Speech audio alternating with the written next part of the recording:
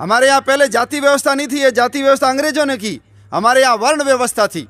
कोई भी किसी भी वर्ण में जन्माए तो वो दूसरे वर्ण में जा सकता था। क्षत्रिय का बेटा वैश्य बन सकता था, वैश्य का बेटा शूद्र बन सकता था, शूद्र का बेटा क्षत्रिय बन सकता था। अपने बहुत सारे उदाहरण हैं।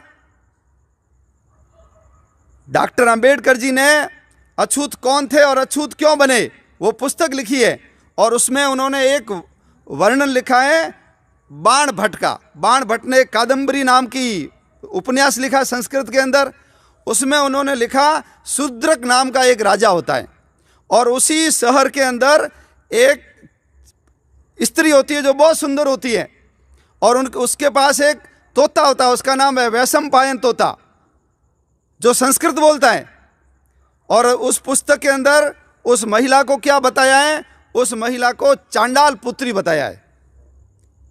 और जब वो तोता जाकर के राजा को कहता है कि वो भले ही शूद्र जाति में होगी लेकिन वो राजमहल में रहने के योग्य है, उसकी योग्यता राजमहल में रहने जैसी है, तो वो शूद्रक राजा वो क्षत्रिय होते हुए भी किससे शादी करता है, विवाह करता है?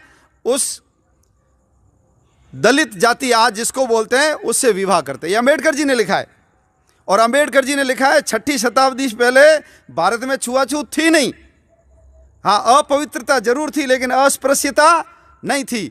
और सबरी के वहाँ भगवान राम का जाना ये सिद्ध करता है कि अपवित्रता तो हम भी नहीं रखते। आज मेरी माँ है, हाथ नहीं धोएगी, रोटी बनाएगी तो माँ को भी कहेंगे माँ हाथ धो। हमारा बेटा है, शौच करके आया, उसे हाथ धुलवाते हैं।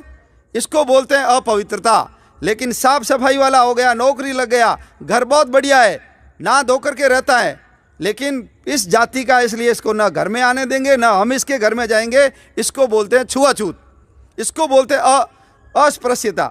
तो अंबेडकर जी ने कहा अपवित्रता थी लेकिन अस्पृश्यता भारत में कभी नहीं थी।